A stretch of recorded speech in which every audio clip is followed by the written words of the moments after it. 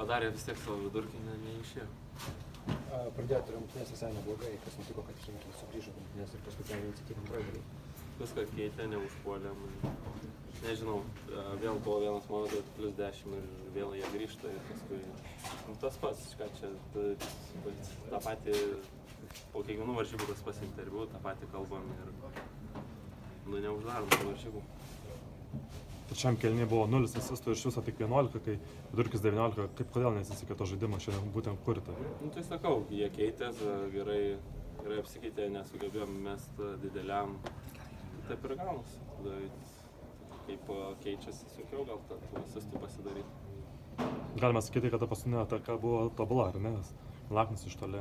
Jo, viskas gerai išėjo, neįkrentam tie metimai, bet turim žaisti, kad neprireiktų jų. Kaip buvo psichologiškai kerta tai, kad jau trečias rungtynės iš eilės baigės taip pat? Nesmagu, tai visi čia dabar sėdim nuleidę galvas.